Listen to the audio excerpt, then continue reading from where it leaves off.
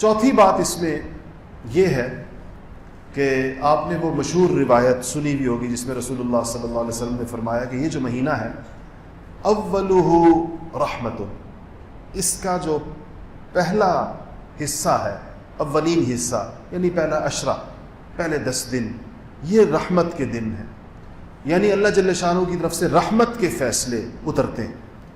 وَأَوْسَطُهُ مَغْفِرَةٌ، اور جو درمیان کا عشرہ ہے اس میں مغفرت کے، اور وَآخِرُهُ جو بالکل اس کا آخری حصہ ہے وہ عِتْقٌ مِّنَ النَّارِ، آگ سے خلاصی کے فیصلے اس کے اندر ہوتے ہیں۔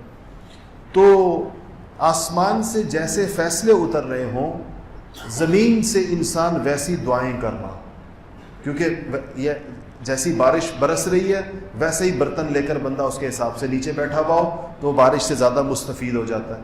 ایک بندے نے اگر بارش کے اندر چمچہ لے کر بیٹھا ہوا ہے تو ظاہر ہے چمچے میں 4 قطرے آ جاتے ہیں، اور ایک بندہ اگر بارش کے اندر تنگ منہ والی سراہی لے کر بیٹھا ہوا ہے تو اس کے اندر بھی چند قطرے آئیں گے، اور ایک آدمی اس طرح کھلے تھال لے کر بیٹھا ہوا ہے اسے بارش کا پانی زیادہ آئے گا۔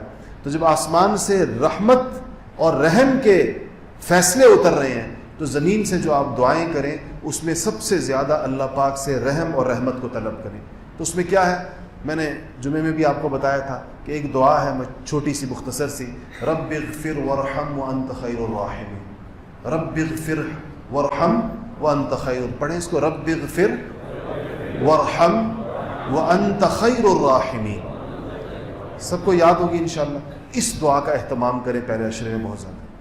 دوسری بات ہے کہ جو بھی دعا کریں اللہ تعالیٰ کو اس کے اسماء حسنہ کے ساتھ پکار کر دعائیں کی جاتی ہیں، یا رحمان، یا رحیم، یا حیو، یا قیوم، یا ذی الجلال والاکرام، یا اللہ، ان ناموں سے دعائیں کی جاتی ہیں۔ پہلے عشرے کے اندر جب آپ دعا کریں تو اس میں کثرت کے ساتھ کہیں یا ارحم الراحمین، یا ارحم الراحمین۔ ارحم کہتے ہیں سب سے زیادہ رحم کرنے والا، اور الراحمین کہتے ہیں رحم کرنے والوں میں سے، یعنی جو رحم کرنے والے ہیں ان میں بھی پھر سب سے زیادہ رحم کرنے والی ذات کو آپ پکار رہے ہیں۔ تو آپ اللہ تعالیٰ کو کس چیز کا واسطہ دے رہے ہیں؟ رحمت کا، رحم کا واسطہ دے رہے ہیں۔